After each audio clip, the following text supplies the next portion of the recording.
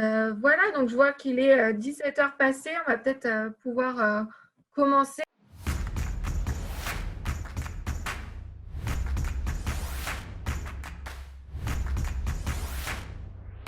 Je vais vous laisser Philippe et David vous présenter et nous dire un petit peu plus qui vous êtes et votre rôle ensuite dans le manuel. Peut-être David Bon, ou Philippe. bonjour à tous. Bon, je commence si vous voulez. Parfait. À moins que tu veuilles commencer, David. Non, on Philippe, commence.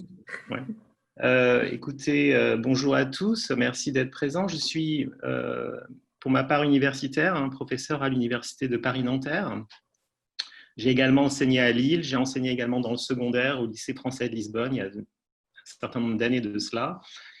Mon enseignement, ma recherche porte plutôt sur l'époque classique, le XVIIe, le XVIIIe siècle. J'ai particulièrement travaillé sur les empiristes britanniques et sur John Locke, mais également sur des questions qui sont relatives à l'histoire des sciences, à la philosophie des sciences à cette époque-là. Et évidemment, c'est une expérience pour moi de recherche et d'enseignement qui est surtout universitaire, mais je me suis toujours intéressé à des questions de pédagogie de la philosophie. D'abord parce que à Nanterre, je me suis beaucoup investi dans la préparation des concours, le CAPES, l'agrégation, mais également parce que nous recevons en première année des étudiants encore assez fragiles, qui sont sans doute plus fragiles que les étudiants qu'on reçoit en prépa, et pour lesquels le travail d'initiation qui est requis est encore important. Et donc, en fait, on continue d'une certaine façon en première année le travail que vous, enseignants, faites en terminale. Donc, pour toutes ces raisons, j'ai accepté avec un certain enthousiasme ce projet de coordination du manuel Belin. Puis j'espère que vous allez voir, le résultat est assez satisfaisant. Donc, je viens de recevoir aujourd'hui même le manuel physique donc c'est un bel objet. David, je te laisse te présenter si tu veux.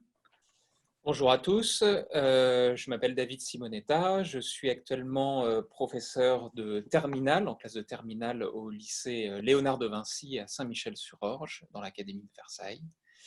Je suis un ancien élève de l'École normale supérieure de Lyon.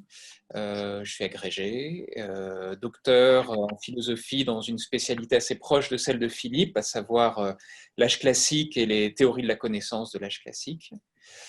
J'ai travaillé comme assistant d'Alain de Libera au Collège de France ensuite, et donc je suis professeur maintenant en terminale depuis 5 ans. Si j'interviens aux côtés de Philippe, bien que je n'ai pas co-dirigé le manuel, j'ai écrit 2 chapitres, Raison et Bonheur, mais j'ai été aussi le rédacteur des pages de méthode. Et c'est principalement à ce titre que je vais intervenir aujourd'hui pour expliquer le contenu de ces pages dans ce nouveau manuel. J'ai, dans mon lycée, été particulièrement sensible à ces questions de méthode parce que j'ai notamment été l'année dernière professeur principal d'une classe un peu expérimentale qui était composée uniquement à 100% de redoublants. Et de redoublants venant à plus forte raison d'autres lycées que le nôtre. Donc une expérience un petit peu difficile mais très instructive et où précisément la question de la méthode a été absolument, à mon avis, fondamentale comme pédagogie de la philosophie. Et donc c'est ce que j'ai essayé un petit peu d'utiliser l'expérience de cette année dans ce manuel. J'en parlerai un peu plus tard. Merci beaucoup en tout cas à tous les deux d'avoir accepté de venir aujourd'hui, de prendre le temps de présenter les 2 manuels donc, de philosophie. Je vous laisse peut-être prendre un moment pour nous expliquer un peu plus votre rôle justement dans la conception de ces manuels. D'accord, mais peut-être c'est l'occasion pour moi de présenter les autres auteurs, puisque au fond, ma première tâche, ça a été de réunir l'équipe. Et donc, bon, écoutez, je me suis adressé à des amis, à des collègues que je connaissais un petit peu, mais j'ai veillé à réunir, disons, une équipe avec des expériences diverses, puisque certains collègues sont en charge de classes technologiques et générales en terminale. Hein. Donc c'est le cas de David qui vient de se présenter, mais également celui de Martine Gasparov et Anne Morvan, qui enseignent toutes les deux en région parisienne. Et d'autres, Roland Échinard et François Pépin, sont professeurs en classe préparatoire. Donc voilà, on est avec mon côté un peu universitaire, on était bien représentés, je pense, hein, au regard des diverses manières d'envisager la philosophie aujourd'hui. Ensuite de quoi, bon, ben, il a bien sûr fallu travailler sur la ligne éditoriale, hein, sur la manière de prendre en compte à la fois les spécificités du nouveau programme et de trouver les justes équilibres entre ce qui nous paraissait être des enjeux essentiels, c'est-à-dire un enjeu d'accessibilité, mais en même temps une recherche d'exigence philosophique. Et ça a été l'objet de nombreuses discussions. C'est quand même un véritable travail collectif, hein, ce manuel, qui était très enthousiasmant, pour lequel on a beaucoup échangé, et notamment beaucoup échangé aussi avec nos éditeurs. Donc, je tiens à mentionner les noms. Je pense que Johanna est là aujourd'hui, donc Johanna Singer, Stéphane Deza et Elsa Froment, qui ont été vraiment exceptionnels dans leur accompagnement. Et je pense que c'est aussi extrêmement important d'avoir ce type de soutien, parce que ça ne s'improvise pas, la construction d'un tel objet. Et voilà, donc on avait derrière nous une équipe de vrais professionnels, en plus je crois assez enthousiastes, hein, de la discipline. Tu veux ajouter un mot, David? Tu as dit tout à l'heure quel était ton rôle dans le manuel, peut-être Oui, j'ai pas grand-chose à ajouter. J'appuie le remerciement soutenu à nos éditeurs et effectivement sur l'aspect travail d'équipe qu'a été ce manuel. Non, moi, pour présenter simplement mon rôle dans ce manuel, ça a été rédacteur de 2 chapitres, donc raison et bonheur, comme je le disais, et les pages méthode finales, donc qui récapitulent la méthode, et des pages méthode intermédiaires. Voilà mon rôle à moi. Super, merci beaucoup. En tout cas, toujours un travail d'équipe, comme vous l'avez souligné. Pour continuer la présentation et peut-être un peu plus présenter justement les différentes parties du manuel, est-ce que vous pourriez nous présenter le parti pris éditorial de cette collection qui est maintenant complète, donc, qui est complète avec les 2 manuels donc, de philosophie, à la fois voie technologique et voie générale? Oui, mais alors écoutez, la ligne directrice, elle était simple. Hein, il s'agissait de donner une image de la philosophie qui soit à la fois fidèle aux exigences de la discipline, le sens des problèmes, le sens des concepts, la pratique de l'argumentation rationnelle, la pratique de la critique, mais aussi, et c'était quelque chose évidemment d'extrêmement important pour nous, une image de la philosophie comme une discipline qui reste accessible, attrayante, hein, et ça a déterminé aussi le choix des textes, le choix des ouvertures, on en reparlera. Hein. Et enfin, une discipline en prise sur les problèmes du monde contemporain, hein, qui ne soit pas simplement, disons, dans la révérence des monuments du passé, hein, mais il s'agissait aussi de s'approprier les questions d'aujourd'hui en philosophe. Et pour cela, on a en particulier inséré entre les chapitres des petits dossiers dont on reparlera aussi, hein, philosophie et problèmes du temps présent, dont je pense qu'ils sont une originalité du manuel. Et puis finalement, évidemment, l'enjeu, c'était de donner à l'enseignant des outils, hein, pour construire un cours qui soit propre, hein, mais en même temps donner à l'élève des repères, des conseils simples et efficaces pour le bac. Hein, ça a été la tâche de David en particulier. Peut-être, David, tu souhaites ajouter quelque chose sur les lignes générales du manuel, ou tu veux que je continue sur une présentation? Non, je te laisse continuer. D'accord.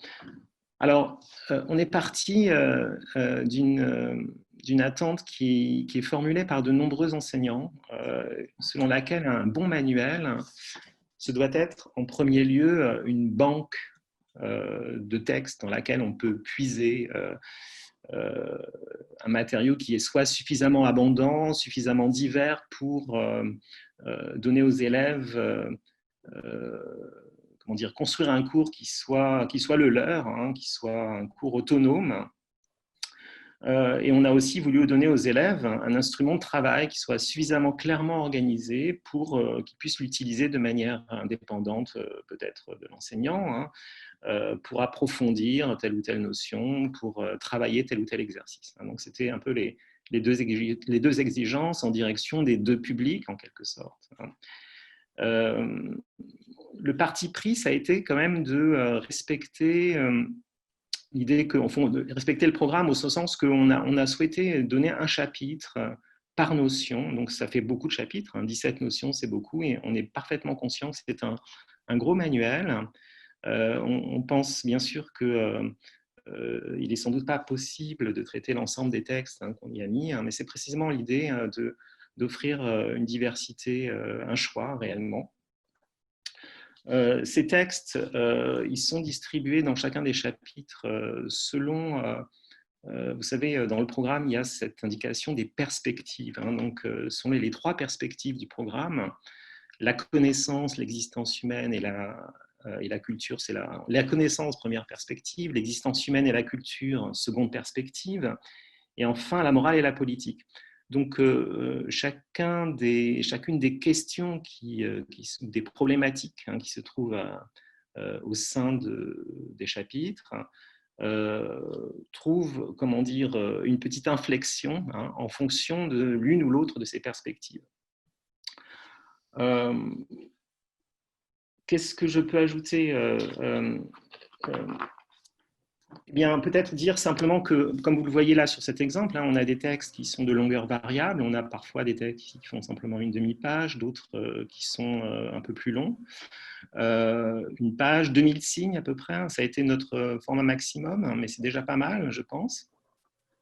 Le texte est présenté le plus souvent en pleine page, comme on le voit ici, pour ainsi dire en majesté. Nous avons été attentifs à cette idée qu'au fond, il fallait quand même présenter les choses de manière assez sobre, assez lisible. Donc il y a une vraie, il y a eu un travail aussi de mise en page et de typographie qui était important. Ce que vous voyez également, c'est qu'il y a de temps à autre, c'était dans la page précédente, des petits encadrés bleus qui donnent quelques indications complémentaires sur un auteur, sur une doctrine, des notes sur le côté, quelques questions pour accompagner la lecture des textes, et puis une iconographie qui est une iconographie pleine page, enfin quasiment pleine page, comme vous le voyez ici là sur cet exemple, accompagnée de questions. Alors, une des décisions éditoriales que nous avons prises, c'est que l'iconographie ne doit pas être simplement illustrative. On a voulu qu'elle soit réellement, au fond, à la fois questionnante et questionnée. En l'occurrence, ici, on a un exemple d'un fort beau tableau de la Renaissance où un mathématicien contemple la figure idéale qu'il essaye en même temps de décrire sur son ardoise et de repérer au moyen d'un théorème d'Euclide. Et ça nous semble être un bel exemple de la manière dont la science telle que peut la décrire Kant dans le texte qui lui fait face travaille entre le concept, la construction du concept et l'idée a priori que nous pourrions en avoir. Voilà, donc c'est typiquement ce type d'illustration que nous avons privilégié. En voilà une autre, les espaces interstellaires qui nous donnent une idée d'une certaine façon du caractère au fond quasi inhumain de ce que la science nous fait découvrir et tel qu'il peut être décrit dans le texte d'Arendt en face.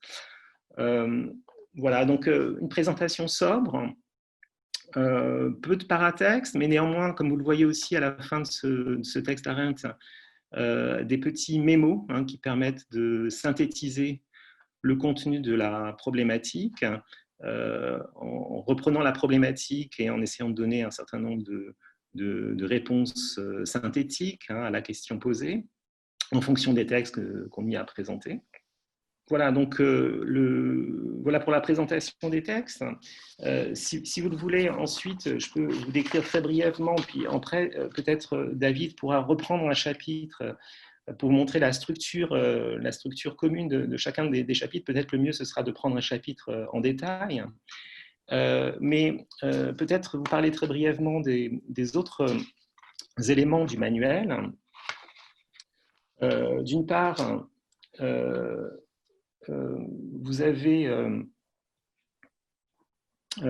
outre les textes qui sont organisés en fonction des problématiques, vous avez également ce que je vous ai, à la fin de chacun des chapitres, un ensemble d'accompagnements pédagogiques qui tiennent, d'une part, un certain nombre de distinctions et de définitions qui viennent accompagner le travail conceptuel sur la notion. Donc les définitions et distinctions conceptuelles, ici on peut les voir. Expérience, observation ou expérimentation, science empirique, science formelle, science et pseudoscience, voilà, bon, ce type de distinction. Puis viennent ensuite, sauf par 2 pages que nous avons appelées perspectives pour la réflexion, qui sont une sorte de petits cours, hein, mais effectivement très, très sommaire, hein, qui est en réalité plutôt une sorte de parcours hein, choisi des textes que nous avons présentés dans le chapitre. Ces deux pages sont accompagnées d'une petite vignette qui a été conçue spécialement pour le manuel par un illustrateur canadien. Et puis, enfin, viennent des pages d'exercices et de préparation au baccalauréat, donc de méthode, les pages d'exercices qui mettent l'accent, parfois de manière un peu ludique, alors c'est peut-être pas tellement le cas sur ce chapitre, mais sur d'autres, hein, sur des questions de distinction conceptuelle, sur des questions d'analyse d'image, par exemple, hein. Et puis les pages vers le bac, dont vous parlera David tout à l'heure. Alors, ça, c'est pour les pages finales du chapitre, hein, et les pages, quant aux pages initiales, hein, peut-être on peut y revenir sur ce chapitre. C'est aussi, je pense, une originalité importante de ce manuel. Voilà, ce sont 4 pages d'ouverture pour ouvrir la réflexion, hein, qui considère la notion au prisme des arts, des sciences humaines, bon, par exemple de la littérature, de la photographie, parfois du cinéma. Donc, on a essayé de présenter des choses qui soient à la fois, qui parlent aux étudiants, qui parlent aux élèves. Hein, vous voyez par exemple ici un exemple, une planche de BD, hein, sans forcément aller dans un sens qui, comment dire, sans vulgarité, sans coup de coude au lecteur, je dirais, hein, mais avec une certaine attention à, comment dire, aussi à la culture populaire et à essayer de faire dialoguer la philosophie avec diverses disciplines. En l'occurrence ici, vous voyez par exemple sur le langage, sur la liberté, la photographie, un mythe, un Pitti, mais confronté à un mythe moderne, le précoq dans Minority Report, le film de Spielberg. Et puis ensuite, qu'est-ce que nous avons d'autre comme document ici? Un document qui met en relation la question du libre arbitre avec les neurosciences, un autre qui renvoie à un film bien connu de René, Mon oncle d'Amérique. Voilà, donc ça, ce sont les pages d'ouverture. Pour chaque chapitre, elles interviennent de façon préliminaire et je pense que ce sont de bons instruments pour préparer ce moment qui est difficile, je pense, dans un cours qui est l'entrée en matière, hein, et faire en sorte que cette entrée en matière puisse éveiller l'attention de l'élève et porter ou diriger hein, vers les textes, hein, puisque dans chacun de ces documents, nous indiquons hein, les textes ou les éléments du chapitre hein, qui peuvent apporter un éclairage philosophique hein, aux questions qui sont soulevées par ces documents. Alors, peut-être avant de te laisser la parole, David, sur un chapitre que tu as réalisé, hein, je crois que c'est sur le chapitre raison, je finis en vous présentant un exemple de dossier. Donc, je parlais tout à l'heure des dossiers. Alors, on s'était mis d'accord sur le dossier consacré à la liberté d'expression, disons, à l'époque de la vérité post-factuelle ou de la post-vérité. Alors voilà, typiquement une question qui met en jeu des problèmes contemporains, le conspirationnisme, la post-vérité ou les contre-vérités assénées parfois dans les médias ou les nouvelles formes de médias. Bon, un sujet qui appelle à un éclairage philosophique. Donc, c'était l'intention ici, hein, de faire appel à un texte de philosophe. Hein, donc, ce sont des textes de première main, je dirais. Hein. C'est pas de la littérature seconde, c'est pas des articles de journaux. Hein, ce sont des textes de philosophes. Ici, en l'occurrence, on a le texte d'un philosophe américain contemporain, Jason Stanley, qui est inédit en français. Nous l'avons traduit nous-mêmes, qui réfléchit aux difficultés de la liberté d'expression en un temps où le monde commun n'est peut-être plus partagé autant qu'il l'était autrefois. Donc, c'est une discussion avec John Stuart Mill sur les vertus de la liberté d'expression. Et à la suite du texte, donc précédant le texte, une ouverture un peu dans le style de celle que nous avons mise dans les chapitres, hein, une ouverture sur une conspiration, entre guillemets, ou une dénonciation conspirationniste bien connue, celle qui concernerait l'alunissage de la NASA. Et puis, à la suite du texte, cette fois-ci, en guise de contrepoint, donc dans la 4e page, un certain nombre de citations. Donc, vous avez ici, par exemple, une citation de Arendt, une citation de Orwell, qui témoigne aussi également du John Stuart Mill ou du Kant, qui, au fond, ce sont des citations qui manifestent le fait que ces questions contemporaines, on peut aussi les éclairer, les mettre en débat avec des positions qui ont été prises par les philosophes plus classiques, ceux qu'on rencontre dans le manuel. Et il y a un certain nombre de questions invitent à ce débat. Donc, il s'agit de mettre en dialogue, en quelque sorte, hein, le passé et le présent. Je pense que c'est assez utile et intéressant. Et on a conçu ces dossiers aussi en se disant que c'était un bon moyen de faire des passerelles entre les notions, comme il sera certainement nécessaire de le faire dans le cadre d'un cours qui, au fond, n'est que de 4 heures hebdomadaires. Là, en l'occurrence, on voit bien qu'on a une bonne passerelle entre la vérité et la liberté, entre deux notions. Et je pense que chacun de nos dossiers, hein, il y a des dossiers sur l'intelligence artificielle, qui mettent en relation la question du langage et celle de la raison, par exemple. Chacun des dossiers se prête assez bien à ce type de passerelle. Voilà, je m'arrête là parce que je pense que tout ce qui concerne la méthode, David va pouvoir en parler de manière plus approfondie.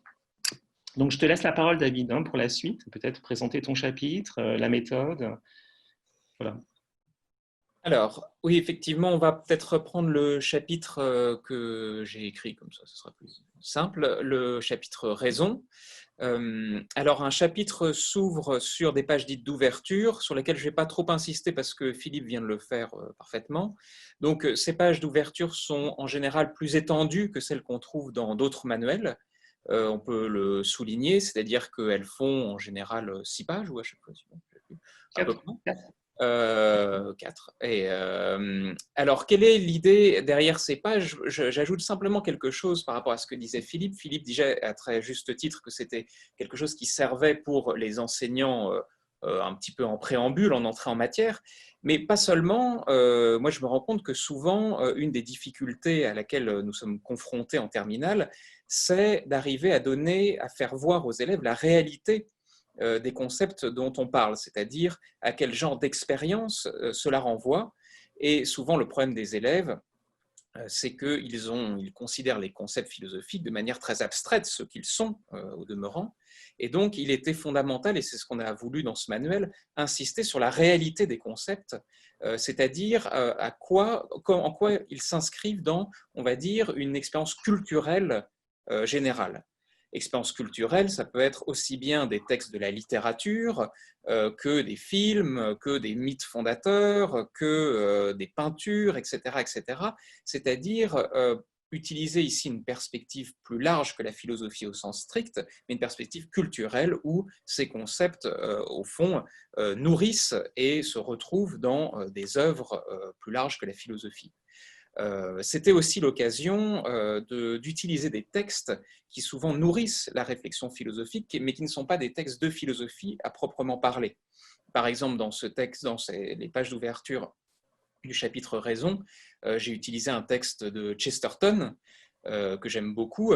Est-ce que c'est un texte de philosophie? Peut-être pas au sens strict, mais c'est un texte extrêmement stimulant sur ce que c'est que la raison, ce que c'est que perdre sa raison, etc.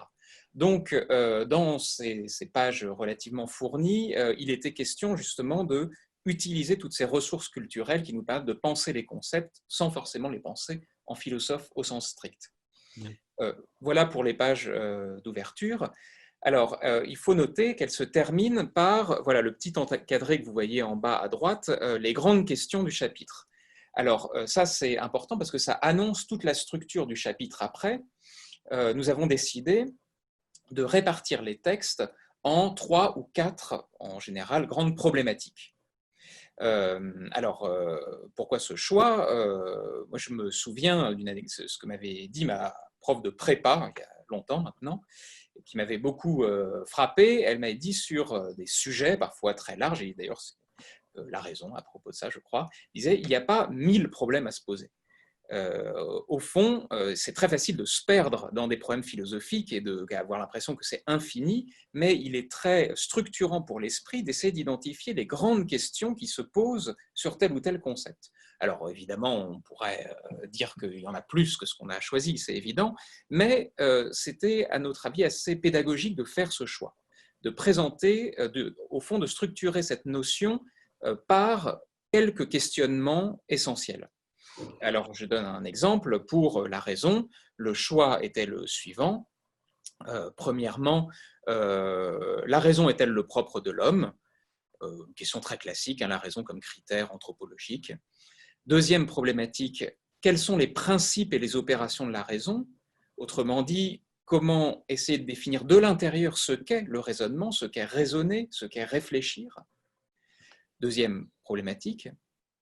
Troisième problématique, la raison peut-elle tout expliquer? Question assez classique sur le problème des limites de la raison. Ensuite, bien agir, est-ce agir raisonnablement? Alors ça, j'y insiste parce que c'est une question qui est nouvelle dans le programme, parce qu'avant la raison était intégrée à un chapitre d'épistémologie, ce n'est plus le cas. Donc ici, ça va nous permettre d'aborder des questions qu'on n'abordait pas avant, à savoir la question de la raison pratique, par exemple, la question de l'articulation raison-passion ou raison-émotion, autant de questions qui n'étaient pas centrales dans le programme jusqu'à présent et qui le deviennent. Voilà. Et enfin, une dernière problématique plus actuelle sur où nous conduit le progrès de la raison. On l'a intitulé comme ça, et il s'agissait de mettre en regard d'un côté ce qu'on pourrait appeler un idéal des Lumières, idéal cosmopolite, et de l'autre une critique du rationalisme, ici à partir d'un texte de Max Weber, mais où on pourra reconnaître d'autres représentants de cette critique du rationalisme moderne. Voilà, j'en dis pas plus, mais simplement pour montrer comment une notion est structurée par quelques problématiques fondamentales. Donc, le choix de texte ensuite suit ces problématiques, vous les voyez à la suite, et à la fin, nous avons des définitions et distinctions conceptuelles. Alors, un petit mot sur ces définitions et distinctions conceptuelles. Le choix qu'on a fait était de faire, voilà, ici, des définitions courtes, fonctionnelles. Pourquoi? Parce que, comme l'a dit Philippe tout à l'heure, le parti pris de ce manuel, c'est vraiment l'insistance sur les textes. Et la difficulté auquel on se trouve confronté souvent en terminale, c'est de faire lire des textes à des élèves qui ne comprennent pas grand-chose parfois, parce que parfois à cause de problèmes tout simplement barrières de langue. Et donc là, ce sont des définitions courtes, fonctionnelles, qui sont comme des clés pour lire les textes. Et donc, tout est dirigé vers cette finalité qu'est la lecture des textes. Voilà, donc vous voyez là sur la page de droite des définitions relatives et des distinctions assez les plus courtes possibles. Enfin, alors non pas enfin, mais la page d'après, il y a ces 2 pages dont je ne vais pas dire grand-chose, et encore une fois parce que Philippe en a parlé, les perspectives pour la réflexion, où chaque auteur a essayé de faire un petit cours sur sa notion. Alors, la seule chose sur laquelle je voudrais insister, c'est la perspective synthétique. Il s'agit d'abord de lire les textes, d'abord de se plonger dans plusieurs questionnements, plusieurs problématiques, et à la fin, d'essayer de retrouver une certaine unité ou cohérence de la notion. Donc c'est à partir du cheminement du chapitre que l'on essaye de se dire, bon, au fond, quelle est l'unité de la notion qu'on vient de poser et présenter. Et donc ce sont des textes sur lesquels, on peut dire, on a énormément travaillé. Le nombre d'allers-retours sur ces textes-là pour faire des coupes, etc., a été parfois sanglant. Mais personnellement, je trouve que c'est une des plus grandes réussites du manuel. C'est des textes qui ont vraiment fait l'objet de lecture, relecture, assez pesé. Et voilà, donc c'est des perspectives très synthétiques sur cette notion.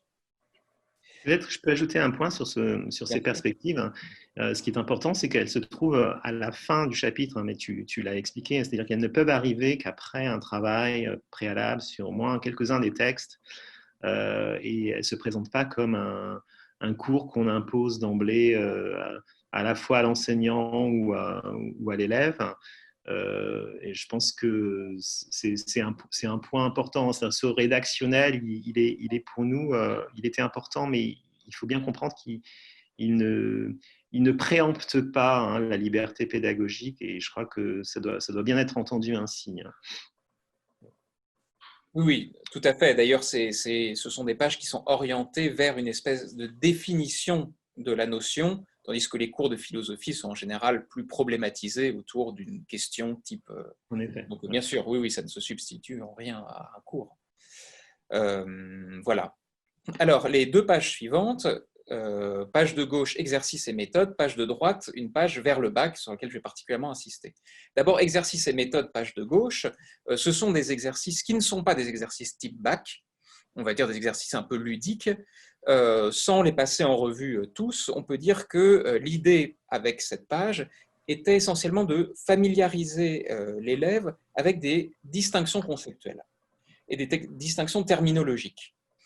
C'est encore une fois un enjeu capital en philosophie que d'aider les élèves à manier un vocabulaire qu'ils ne savaient pas manier auparavant. Et donc ici, par des questions vraiment très simples, il s'agit de se familiariser avec ces nouveaux mots et ces nouvelles expressions. Et donc distinguer tel mot de tel autre, etc. etc. Voilà. Alors, page de droite maintenant, c'est en ce qui concerne la méthode, je crois, la grande originalité de notre manuel. On trouvera à la fin, et j'en reparlerai, une méthode générale sur la dissertation et l'explication de texte, mais on trouve aussi ces pages-là à la fin de chaque chapitre où il s'agit de faire une sorte de zoom sur tel ou tel aspect de la dissertation ou de l'explication de texte. On a en tête le principe de Descartes qui disait que pour venir à bout d'une difficulté, il fallait la couper en petits morceaux et traiter dans l'ordre du plus simple au plus compliqué. Là, c'est un petit peu l'idée qu'on a eue, c'est-à-dire que sur la dissertation, par exemple, au lieu d'à chaque fois donner un sujet de dissertation et puis dire, bon, faites les dissertations, on proposait par exemple un plan détaillé. Et dans ce plan détaillé, on renvoie au texte du chapitre en disant, eh bien, rédigez la partie de votre choix. Vous avez les références, elles sont dans le chapitre, rédigez ça. Ou bien ça peut être, par exemple, il y a un début d'introduction, terminez l'introduction. Trouvez la problématique à partir de ce début d'introduction. Pour l'explication de texte, ça peut être, on vous donne la thèse du texte, trouvez le découpage. Ça peut être même encore plus précis. Il y a pour un certain chapitre, il y a un exercice où c'est, eh bien, apprenez à bien commenter un exemple dans un texte. Donc voilà, l'auteur, là, je crois que c'est Descartes, si je me souviens bien, je ne suis plus sûr, Descartes ou Spinoza, utilise un exemple. Et ben, comment est-ce que vous pourriez expliquer cet exemple? Alors, on indique des pistes, on dit, par exemple, est-ce que vous pourriez actualiser cet exemple? De quel ordre est cet exemple, etc., etc. Mais à chaque fois, sur chaque page, il s'agit de se focaliser sur un aspect précis de la méthode pour, en quelque sorte, aider l'élève à se décharger de la grande complexité que peut avoir l'épreuve du bac, de la dissertation ou du commentaire de texte. Et puis, si l'élève se dit « bon, bah, moi, je ne suis pas très fort en troisième partie, par exemple », eh ben, il va voir les pages où on lui propose de s'entraîner sur une troisième partie. Voilà, j'ai été un petit peu long sur ces pages, mais je pense que c'est important d'y insister parce que c'est une vraie originalité du manuel et on en trouve donc une à chaque fin de notion. Voilà pour ça. Je crois que j'ai à peu près tout dit sur un chapitre. Je ne sais pas si Philippe veut ajouter quelque chose. Non, peut-être, je dirais, on ne l'a peut-être pas suffisamment dit, hein, mais on a été attentif dans le choix des textes, à la fois à donner des textes, on le voit un peu sur ton chapitre, hein, des textes très classiques, les must-have, si on veut, hein, du manuel de philo. Je ne sais pas, l'allégorie de la caverne, hein, dans le chapitre sur la vérité, mais également tous les chapitres comportent des textes réellement originaux qu'on ne trouve pas dans les manuels usuellement, soit parce que c'est des textes qui sont pris d'auteurs contemporains. Un certain nombre d'entre eux sont ceux qui interviennent dans le nouveau programme, hein, puisqu'il y a eu beaucoup d'auteurs nouveaux qui ont été introduits. Peut-être que j'en dirai un mot tout à l'heure. Et par ailleurs, également des auteurs qui ne sont pas des auteurs du programme. Je pense par exemple à Weissman, là, le texte que tu as mis dans le chapitre raison, mais qui introduisent des perspectives assez neuves et je pense méconnues de beaucoup d'entre nous. Hein. Donc, il y a eu comme un effort réel d'originalité dans le choix des textes et je crois que ça se voit assez vite, hein, lorsqu'on feuillette le manuel. Parfois, ce sont des auteurs classiques, hein, mais avec une perspective sur les notions qui est moins attendue. Parfois, ce sont des auteurs qu'on n'a pas l'habitude de voir dans les manuels, mais toujours de bons philosophes. Voilà. Donc, oui, c'était le point que je voulais ajouter. Et puis, sinon, à propos des définitions et distinctions conceptuelles, elles sont complétées dans le manuel par un glossaire où tout ce qu'on n'a pas pu mettre dans ces définitions et distinctions conceptuelles, on le retrouve. Néanmoins, c'est un glossaire qui est évidemment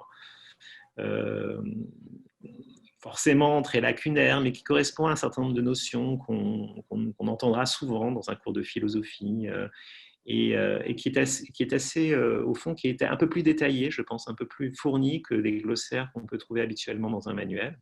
Et par ailleurs, il y a également des pages consacrées aux repères du programme, elles-mêmes aussi, repères eux-mêmes présentés, définis et assortis d'exemples, qui sont ces pages repères sont le travail de François Pépin, dont je vous ai parlé tout à l'heure. Voilà, peut-être que tu peux dire un mot maintenant sur la méthode générale, David ? Oui. Alors, en plus de ces pages de fin de chapitre, il y a évidemment, à la fin du manuel, une méthode générale assez fournie, comme on le verra, sur la dissertation et l'explication de texte. Alors, le parti pris de ces pages, il y en a plusieurs. Le premier parti pris, qui, j'en conviens, se discute tout à fait, hein, c'est un parti pris, c'est de proposer une méthode précise.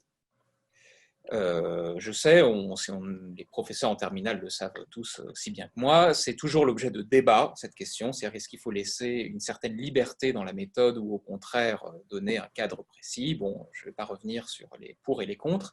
Nous avons fait le choix ici de donner une méthode précise, très précise. De dire, eh bien voilà, il y a une méthode qui est possible, c'est sans doute pas la seule, hein, mais qui est possible, c'est celle-là. Et elle est détaillée vraiment d'un bout à l'autre, c'est-à-dire jusqu'à la rédaction d'une sous-partie, jusqu'à la manière d'introduire un exemple, jusqu'aux différents types de troisième partie qui sont envisageables, etc. etc. Tout est très détaillé, avec à chaque fois, pour chaque consigne donnée, au moins un exemple tiré d'un sujet de dissertation. Donc, ça donne des petits exemples. Par exemple, ben voilà, vous devez je ne sais pas moi, commencer une partie, comment on commence une partie, ben, on donne un exemple. Donc il y a beaucoup de petits exemples comme ça qui permettent de donner une méthode très structurée. Alors, je disais tout à l'heure que j'avais été professeur principal d'une classe composée exclusivement de redoublants, donc d'élèves en difficulté, et on avait travaillé avec cette classe, donc 100% de redoublants, et après les avoir beaucoup interrogés au début d'année, il s'est avéré qu'ils étaient en demande très forte de méthode. Alors, je ne sais pas si cette demande est légitime, certains pensent justement que parfois on s'accroche trop aux soucis de méthode, mais en tout cas, il était très rassurant pour certains élèves qui sont parfois en difficulté d'avoir un cadre extrêmement précis, où on leur dit vraiment, ben voilà, vous faites ça, pas à pas. Et cette expérience de l'année dernière m'avait beaucoup fait réfléchir sur cet aspect presque rassurant de la méthode pour venir à la philosophie.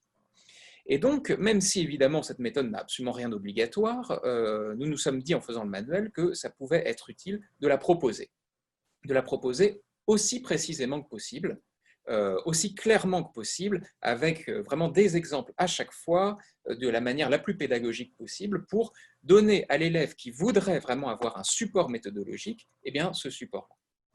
Voilà. J'ajoute une chose, un autre parti pris de ces pages, c'est que puisque j'avais testé un peu cette méthode avec certains élèves, j'avais pu voir qu'elle donnait parfois de bons résultats. Et donc, je me suis permis d'utiliser certaines copies d'élèves.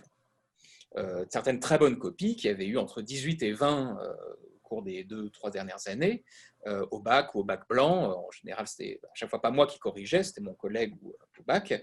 Et donc, de donner des exemples de très bonnes copies. Donc oui, je précise bien qu'à chaque fois, ce n'est pas moi qui mettais la note, c'était en général notation croisée, sinon ce n'est pas du jeu. Voilà, donc vous voyez là à l'écran, on a mis ça sous une forme, enfin la typographie change un petit peu, on donne un exemple de très bonne introduction, un exemple de très bonne troisième partie, etc. Voilà. Donc on ne surcharge pas non plus ces pages, mais il nous est apparu intéressant de donner des exemples de bonnes copies, parce qu'au fond, on n'en trouve pas tant que ça. On trouve quantité de corrigés faits par des professeurs sur Internet, ça à l'appel, mais pas tant que ça de bonnes copies d'élèves. Donc voilà, il y en a quelques extraits ici qui complètent la méthode donnée. Quelque chose à rajouter du coup, Philippe, sur la composition? Non, mais si vous voulez, on peut dire un mot peut-être du manuel Voix Techno, parce que ça, je pense que ça peut intéresser les collègues. Ça Bien vous sûr, semble? oui. Oui, Oui. on peut voir bien sûr la différence entre les deux manuels. Ce sera intéressant.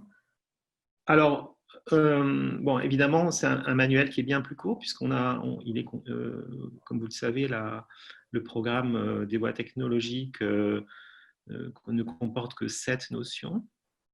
Donc, on y retrouve le même principe de composition avec les ouvertures, les textes et les pages finales. Il y a une petite originalité dans les pages finales du chapitre, pour les voies techno, c'est que nous avons accompagné la synthèse.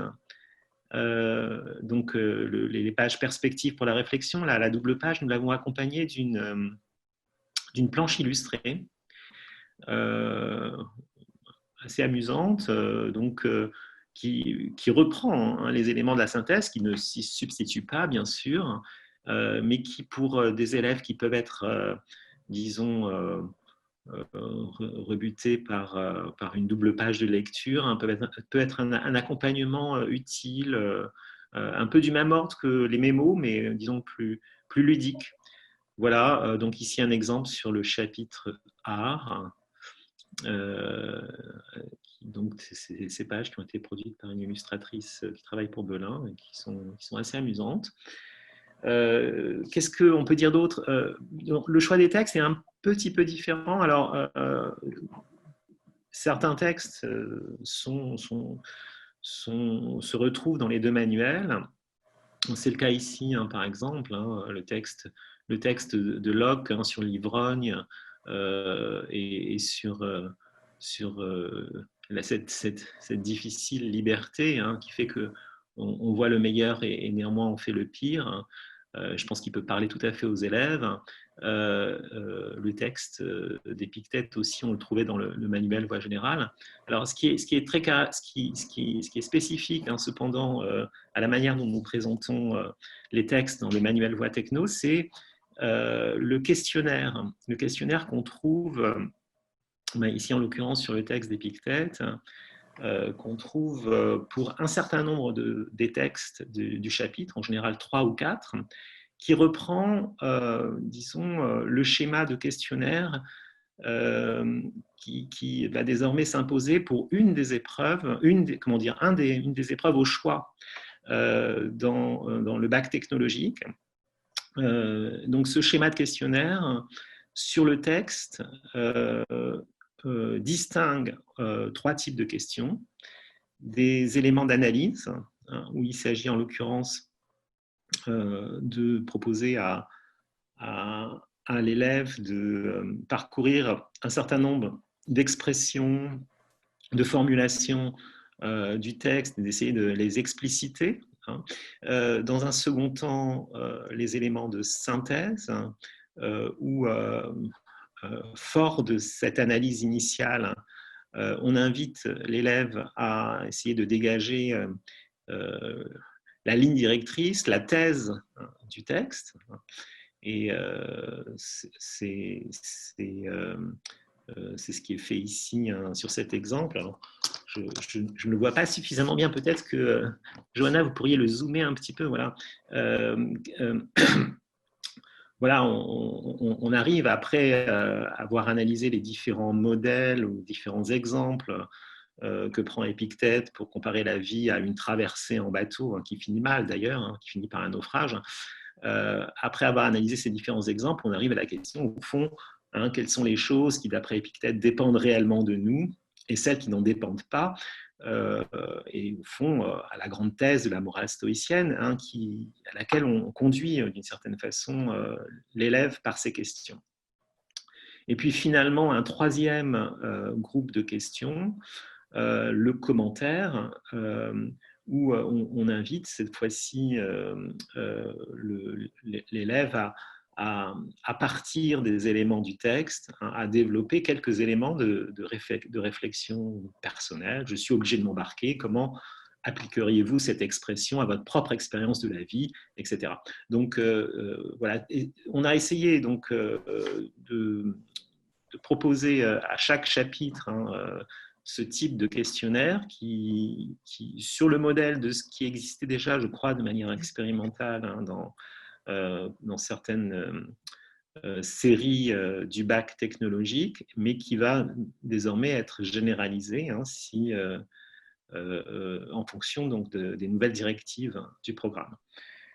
Voilà, et puis par ailleurs, il y a quelques textes qui ont été enlevés, hein, du manuel général, d'autres ont été ajoutés, qui sont sans doute pour des raisons simplement on a simplement choisi de privilégier les textes les plus accessibles, mais ce sont toujours des textes de philosophes, hein, et on considère que la classe Voie techno doit aussi voilà, s'adresser à l'élève avec ce type de texte-là aussi, hein, en s'appuyant bien sûr sur les pages d'ouverture qui vont peut-être pouvoir être exploitées plus longuement, mais qui sont destinées tout de même à conduire l'élève vers la lecture des textes.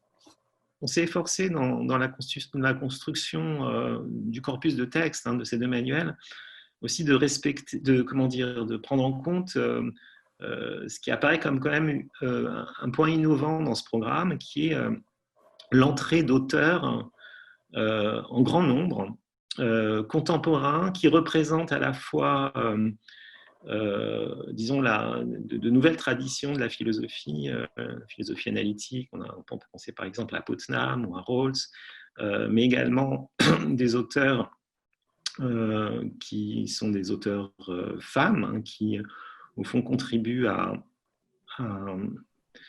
renouveler en quelque sorte, hein, le canon de la philosophie, et puis également des auteurs extra-européens.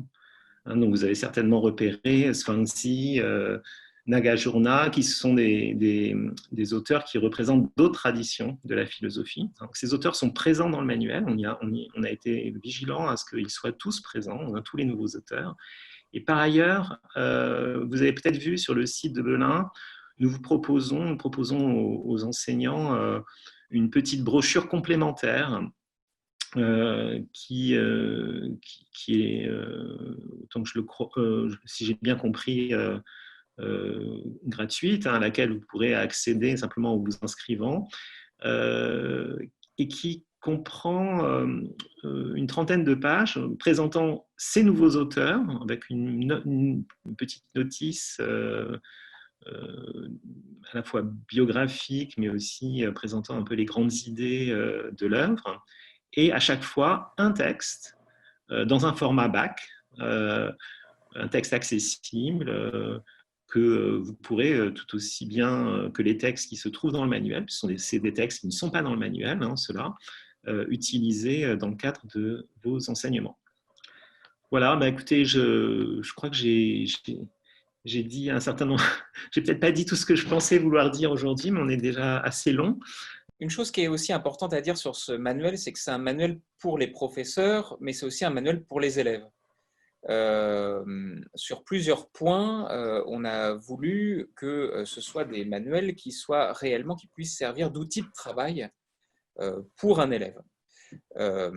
Et ça, c'est assez important de le préciser. Alors, ça se voit au moins de 3 manières. Donc, les pages ouverture qui donnent comme ça beaucoup de pistes culturelles où on peut aller voir soi-même après les œuvres en question. Ça, c'est la première chose. La deuxième chose, c'est ces pages méthodes dont je parlais à la fin de chaque chapitre qui permet à chaque élève en fait, de s'entraîner sur tel ou tel point précis.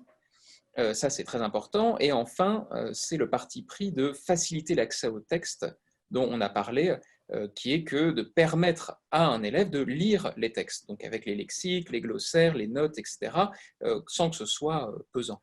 Donc, je voudrais insister là-dessus, je pense que c'est assez important, c'est-à-dire que ce n'est pas simplement un outil pour préparer les cours, mais ça peut être réellement un outil qu'un élève utilise par lui-même. Je ne sais pas si vous aviez un petit dernier mot à nous dire en conclusion, Philippe ou David. Et puis, Moi j'ai juste un mot pour dire que mais là, pour le coup, je ne prends pas la responsabilité de la chose, mais tout simplement, je viens de le recevoir, comme je vous ai dit, et il est vraiment très, très beau. Donc, bravo à la conception graphique. C'est un superbe objet. J'en profite pour rebondir sur le fait que les envois de spécimens ont débuté hier, donc début de cette semaine, et donc les spécimens sont en cours d'acheminement et devraient être livrés dans les établissements cette semaine et jusqu'au début juin. Donc vous aussi, vous allez bientôt pouvoir avoir ce bel objet entre les mains et pouvoir le découvrir. Je crois qu'il n'y avait pas plus de questions. Donc en tout cas, merci beaucoup. David et Philippe aussi, je le remercierai d'avoir pris le temps de venir en cette fin de journée présenter ces 2 manuels de philosophie. On espère qu'ils sauront donc répondre à vos besoins, à vos attentes. Ah, on a de nouveau Philippe. et bien sûr, n'hésitez pas si vous avez des questions après coup, au moment où vous allez recevoir ces manuels, puisque comme dit, ils vont arriver d'ici peu. N'hésitez pas à nous recontacter s'il y a la moindre question, s'il y a même plutôt des remarques aussi. Voilà, je me ferai le plaisir aussi de transférer les questions, les remarques, etc. à David et à Philippe si besoin, ou à Johanna et à l'équipe éditoriale. À bientôt à tous. Allez, au revoir. À bientôt. Merci beaucoup. Bonne fin de journée et à bientôt. Au revoir.